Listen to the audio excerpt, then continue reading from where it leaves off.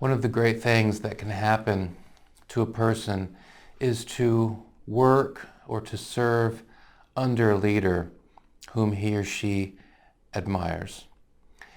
We see this in Henry V, that there are a few passages in the play where people speak of their admiration for leaders. And in the world of war, I can say, having spent many years speaking with hundreds of combat veterans, it makes a genuine difference, and that's not surprising that it makes a great difference when combat veterans look back on not only their combat experiences, but on their leaders, on the quality of their leaders. It makes a difference. And of course, those combat veterans who can look back on their leaders with a sense of admiration, with a sense of respect, this makes a great difference in their memories. And in their memories, they remember the difference it made at the time, serving under the leadership of a particular person who had great leadership skills. Of course, hundreds of books have been written about leadership, and I'm not going to try to say anything about what key leadership skills are. Here we're just reflecting on the benefit of serving under people whom we recognize to be good leaders. And so we have the case after a battle where the character Gower asks how the Duke of Exeter is. Is the Duke of Exeter safe? And the other character, Llewellyn, responds, if you look down at the bottom, that the Duke of Exeter is not hurt in the world. So the Duke of Exeter is fine. But Llewellyn adds a bunch of stuff to his response. He says, the Duke of Exeter is magnanimous and a man that I love and honor with my soul and my heart and my duty and my life and my living and my uttermost power. He is not, God be praised and blessed, any hurt in the world. So not only is the Duke of Exeter not hurt, but I am very glad that the Duke of Exeter is not hurt because I love him with my honor, with my soul, etc. So that's quite an expression of admiration for a leader. In a different case, we have Henry V, who disguises himself in a cloak. This is before the Battle of Agincourt, and he goes out to speak with different troops. And he comes to the character Pistol. Pistol thinks he might have a Frenchman coming toward him. So Pistol says, Qui va là? Who goes there? And Henry says, a friend. Pistol, of course, doesn't know he's speaking to the king. He says, are you an officer? Are you a common soldier? King Henry says, I'm a gentleman. And then Henry says, what about you? Pistol says, I'm as good a gentleman as the emperor. And Henry says, so you're better than the king. And Pistol responds, the king's a bawcock. Now that's that's Pistol's way of using a French phrase, bawcock, right? I think I got that pronunciation right. B-E-A-U, different words, C-O-Q. The phrase in English means like, good rooster, something like that. It really doesn't work in English. Basically, Pistol's saying that the king is a great guy. He's got a heart of gold. Pistol says, I kiss his dirty shoe, and from the heartstring, I love the lovely bully. I think that word bully, they're referring to Henry V's, earlier victory in France. So once again, another expression of admiration for a leader in the world of war. We have a third case where right on the cusp of the battle at Agincourt, the English know that they're heavily outnumbered. There are many more French forces than English forces, and the thought goes out, gosh, I wish we had more forces from England with us.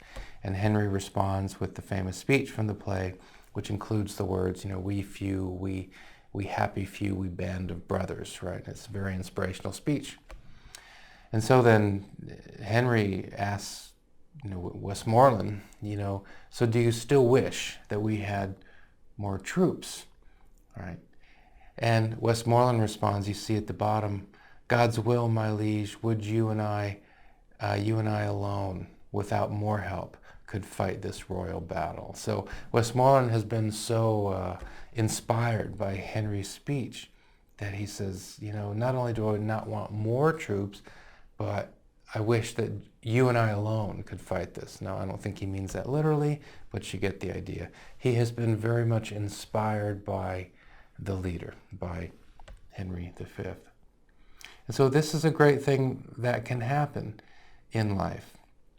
And if we find ourselves working under the leadership of people whom we really admire, it doesn't mean that we think they're perfect, right? Everyone has flaws. But if we find ourselves working under leaders whom we admire, whom we trust, then that is something to be appreciated. Now, having said that, I'm reminded of an example in my own case where I unfortunately did not sufficiently admire and appreciate a leader under whom I served when I was in the Navy. And you see the photo there, and the name is right. The name is underneath the person I'm talking about, the leader. I was a young sailor. By the time Chief Keith came on board the ship, I was, my attention was turning to, the end of my enlistment. I was worried about what life was going to be like after I got out of the Navy. There were all sorts of things going on in my mind. And I recognized that Chief Keith was a good guy.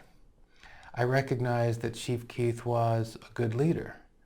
I recognized that he was different from a lot of the other leaders and that he would be firm when he needed to be firm, but he wasn't a bully, not a, we just saw the phrase where Henry V is referred to as a lovely bully. In that case, it's meant as a compliment, but there were leaders who, had their rank, and as we said, they would pull their rank and, and kind of let their rank get to their head. That didn't happen with Chief Keith. It's not to mean he wouldn't come down on you if you'd done something to deserve it, but he wasn't looking for reasons to come down on people. I recognized all of this, but I didn't appreciate it. And this is really one of my great regrets, because there's one moment in particular when Chief Keith could see that I was very stressed out, and he reached out. He reached out to me, not as a chief to a junior guy, but I think, as a human being, he reached out to me, and I rejected that. I turned him away.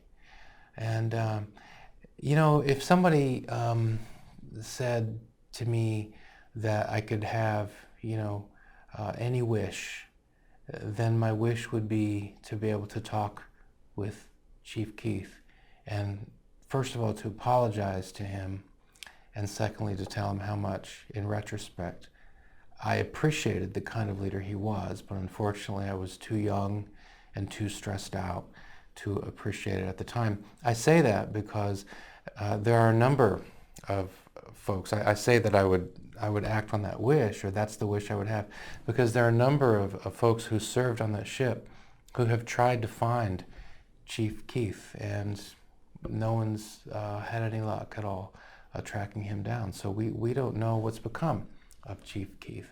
But I wish I could talk with him, and I wish I could apologize to him, and I wish I could say how much, in retrospect, I appreciate his leadership. So I guess the lesson there is, in our lives we want to be more like the characters that we see in Henry V, who see the leadership qualities, who see the positive qualities of the leaders they serve under, who recognize it, who say so, and be less like I was when I was in the Navy, unappreciative and sort of cold in that way. And I wish I could go back and change that. But fortunately, my example isn't the only example. There are other cases, and I've mentioned before that I've talked to a number of combat veterans. And in one particular case, I've been struck by a group of combat veterans who served in the 498th Medevac Company in Vietnam around the year 1968. And there were a couple commanders whose names just come up frequently when you talk to veterans of this group. And one of those commanders, his name was Dick Scott, and he was a lieutenant colonel, and he was the commander of this group. And Still to this day, 50 years later, the troops who served with him speak of him with admiration and respect. And the screen you see there is that's the title of a conversation I had with Lieutenant Colonel Dick Scott talking about leadership in a war zone, and I encourage you to listen to that. What I'm going to do here is I'm going to go away and I'm going to let this veteran, David Parhalo, speak about the leadership in the 498th. What we're seeing here on the screen is a plaque that David has that lists the number of missions he flew, that lists the number of casualties he took from the battlefield in this dust-off, this medevac unit. But in this excerpt, David Parhalo is speaking about the leadership of this group. And as we listen to Mr. Parhalo speak, then we get some insight into the benefits of being able to look back and realize that you had good leaders, and not only to look back on it, but also to look back on your own recognition that not only do I see now in retrospect that I served under good leaders, but I recognized it at the time. If we do have the good fortune of serving under leaders whom we admire, whom we respect, of course there are probably problems and we want to cut people slack, right?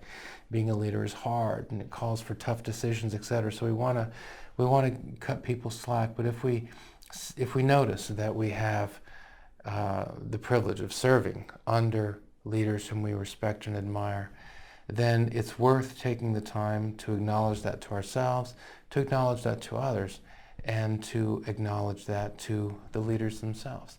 So I'm going to leave you now, but I encourage you to listen to David Parhalo as he speaks about the leadership under which he served in the world of war in Vietnam, 1968, 1969.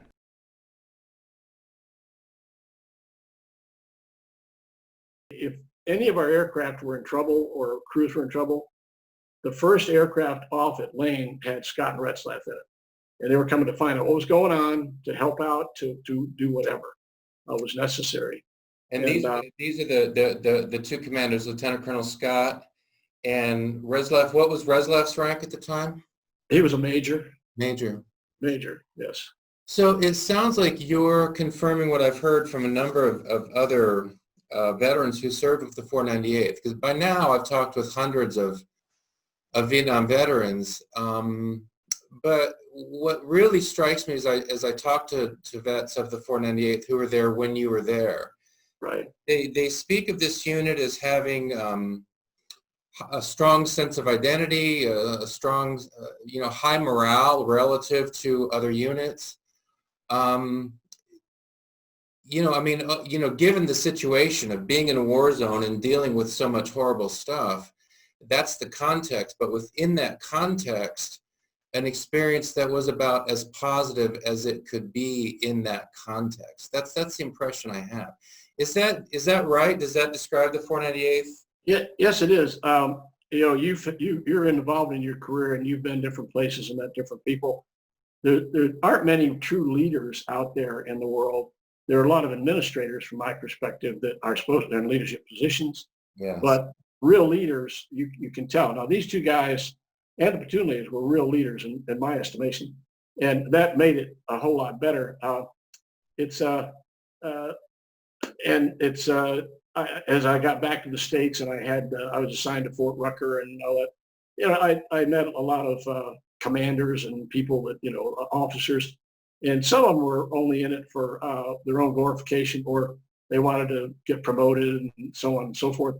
And that's too bad, because and I want to give all the credit in the world to the ground pounders, the infantry, the Rangers, stuff, Marines, the people on the ground, because that was really tough. And we experienced situations where we were shot at, we lost crew members. It was a dangerous job, but the guys on the ground, that was really tough, and I give them a lot of credit, because that could probably cause maybe more problems, I don't know, than being in an aviation unit, but it's hard to tell. Yeah. So you were saying a minute ago, kind of speaking of the leadership in the 498th, and you said something that I identify with very much because I've had the same thought many times. You get a lot of people who are in leadership positions because they have done things that have gotten them into leadership positions, but they're not actually leaders. They're managers, they're administrators, but they're not leaders. But then you have others who may be in those kinds of positions, but in addition to having those administrative roles, they actually are leaders as well. What in your mind, drawing on your experience from the 498, what in your mind are the characteristics that set the true leader apart from the person who has the leadership title, but who may actually not be much of a leader? What are some of the characteristic differences? Well, I think the biggest one is that a leader will do whatever he asks you to do, he or she asks you to do, without hesitation. And I think they also understand that there are limits to everybody's ability, and that common sense has to work into it too, where they can tell you to take that hill. Well, they know that 90% of the people are going to get killed taking that hill. That's stupid. But a true leader might say, all right, we have this mission. We have to take this hill. How can we do it? And let's do it differently, and let's minimize the casualties. So it's really a matter of are they willing to do what they want you to do, and will they stand toe to toe with you in the face of adversity too? I think that's it. And again, Colonel Scott saying that he thought we were excellent pilots, we were well trained, and that we had a job to do, and he would back us up 100%. And knowing that, of course, made you feel better. And then knowing that they were monitoring everything that was going on, because in the northern part of South Vietnam, we had one frequency, like 911, so, and and a lot of units would change their call frequency from month to month or whatever to try to show the enemy off so they wouldn't be able to monitor the lines. But dust off had to be one frequency. So when somebody needed us, they didn't have to thumb through a book and find out what the current frequency is. They just called, they had memorized the dust off frequency, and they'd call it in to a operations area, and a dust off would come out. So that's it. I think just common sense and a willingness to do whatever they requested their troops to do. Sure. And when you say that if one of your helos is shut down in the course of a mission, then the first helo out there is going to be, is it sign 6? Is that right? Do I have that right? Yeah. Scott or Major Reslaf are going to be out there. So now I was enlisted. I was peacetime Navy enlisted, and one of the stories I heard that impressed me is that Lieutenant Colonel Scott would sometimes go around. The enlisted guys are standing guard on the perimeter, and sometimes he'd go out and just hang out and talk with them. And I was reflecting on that. I mean, nowadays, I'm in my early 50s now, and I have conversations with 04s and 05s, fairly regularly. But when I was an E3 and a junior enlisted guy, E3, E4, it never would have occurred to me that anybody above 03 would ever have the slightest thing to say to me, let alone take any interest at all in what I was doing. So I was impressed by that. So here I'm just kind of making a comment. I don't know if you have a response to that, but even the thought of an 05, climbing the ladder up into a guard tower to spend time with an E4, that's pretty impressive. I never saw any such thing in my 4 years in the Navy. Well, I think that reflects on the fact that he was in charge of the whole company, not just the pilots, but everybody enlisted. And if you're on guard duty, or if you're in the mess hall, or wherever, he'd probably go around and talk to people and let them know that he knew of them and knew that their job was important, and that he would be there too for them if they needed something or there was a problem.